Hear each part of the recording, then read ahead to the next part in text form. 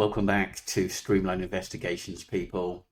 The renewed search for missing boy Gus Lamont in mineshafts unsuccessful. And to be honest, I did not think he would be in there or had wandered into one, should I say, and had an accident and died. Let's get straight into the news.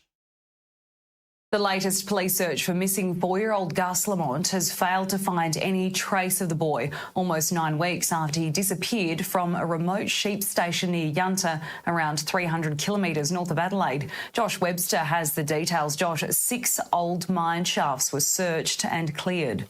Yeah, that's exactly right, Tiff. These shafts were located on the property where Gus went missing in September, between 5 to 12 kilometres from the family's homestead. Police identified several locations after analysis of aerial mapping from previous searches.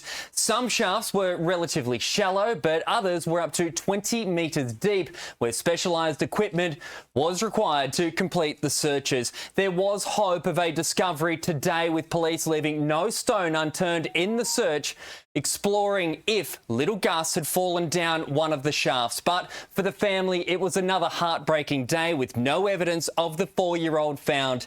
Star Group and Task Force Horizon officers were also on foot today, combing over more unsearched areas again, failing to locate any trace of Gus.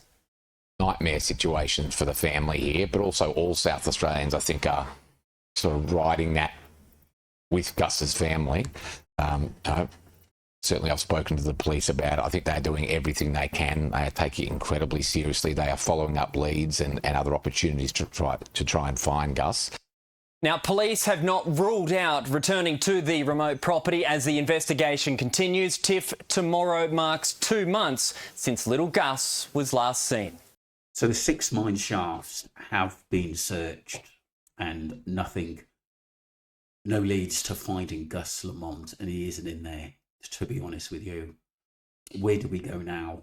Because like I said, I don't think he is out in the wilderness, and I think if he had been, he would have been found by now. I think a lot of people have ruled out that he is out there, or was taken by an animal, or attacked by a wild dog or pig out there, should I say, a wild boar. But look, I think the answers really do lie with Josie, Shannon, and Jessica, his mum. I really do think the answer's there. I mean, are the police telling us everything? Or is it that they truly don't know nothing? Are they stringing us along because there's something internal going on with the family? There has been problems there. Gus has already passed, but they're not telling us that yet. Why is it? Something is stopping the truth from coming out, and I don't think it's a good thing. Is it that basically Josie / Robert knows people in high places, high police commissioners, and this is why it's not being resolved? Because we've got to start looking at why aren't the family being pushed for answers? But like I said, and why haven't they been brought in for questioning? Like such as the Lily Jack Sullivan, his stepfather Daniel has been brought in, the mum Malaya has been brought in for questioning. I just don't get it, and why they haven't been brought into a police station if they don't know more. Have they been interrogated? I don't think so.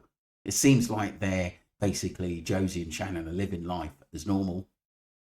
Yes, basically Gus could be missing, and they may have nothing to do with him going missing, or him being taken, should I say, because like I said, there's no criminal elements to this place, the police have said, and we've got to respect that there isn't.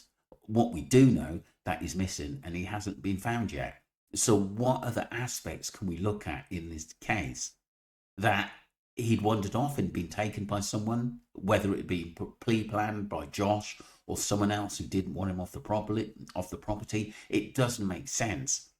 You know, we do talk about Jess having mental health problems, and it is said that she wasn't allowed to be with Gus. But to be honest, we haven't got that in writing. It's just hearsay, to be honest with you. And like I said, if Josie obviously fostered and Shannon had fostered basically, you know, the boy Gus, then, and you know, the child welfare said that's okay to do that. And like I said, and there's basically no reason why that couldn't happen. Then where do we go? It's hard. We can't just say, look, that they killed them. We just don't know. But I just believe that the answers lie with the family, because they were the last people to see them. In every sort of cases, like mysterious cases like this, it's always the last people to see the kid that know something. Let me know what you think, people. We're going to go into the last video, people. This is by Clarity in Chaos, talking about the Gus Lamont case. Not adding up with this Gus Lamont case, and it's not what you guys all think. So we've all kind of considered the possibility that maybe he's down these 6 mine shafts. Maybe he is, but they're 6 kilometres away from the house. How is a 4-year-old kid going to walk 6 kilometres in the time frame that has been allowed? So to me, that means perhaps the time frame is wrong. Perhaps he's been missing longer than what any of us know. And if he's found down these mine shafts, that's a strong indicator for that. But if he's not found down these mine shafts, where is he? I've got an idea, and it's one that I don't think you guys have all considered.